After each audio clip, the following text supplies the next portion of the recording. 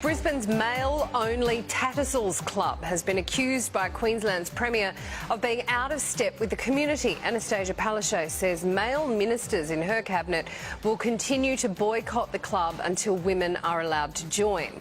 The men-only establishment is a hot topic this morning. To discuss it, we're joined by Tori Shepherd from The Advertiser in Adelaide and Ben Davis in Brisbane. Morning to you both. Morning. Morning. Tori, what do you think of this? Is there a place in this day and age for organisations that don't allow female members and vice versa, female clubs?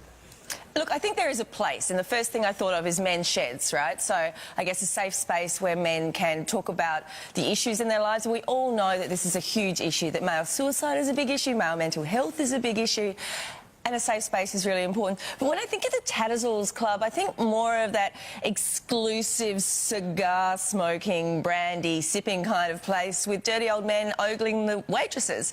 So look, I don't think they should... How do you know that's what they're doing? Is it not all right for men just to go and smoke cigars together and hang out with other men? Look, I think it's okay. There was a big expose in Britain of men's-only clubs that found that there was a high level of sexual harassment. But look, I don't think you can ban them. I think that there is an important place for men to just have a space to themselves. But I also agree with Palaszczuk that, you know, maybe ministers and so on should have a think about how that looks publicly. Ben, do you think Brisbane men, need a place to go to talk about their problems or just talk without women? I mean, we have female-only gyms.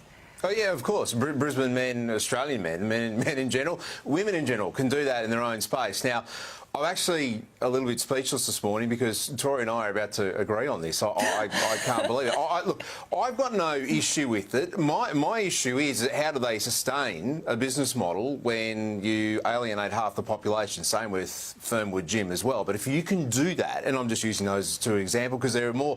Is it the Lyceum Club? Is that? I think I've pronounced that correctly. I've only heard about it this morning when I was doing some research into this. This is a women's-only club around the world for women who are interested in arts and politics and science. I think it's Lyceum. We have one here. Lyceum, there we go. Okay, yeah. And there's plenty of women's-only groups these days. Yeah. Oh, of course. Plenty. And if it's not hurting anybody, is there an issue? I suspect they're sustained by the fact that most of the members are incredibly wealthy and probably pay huge fees to be private members.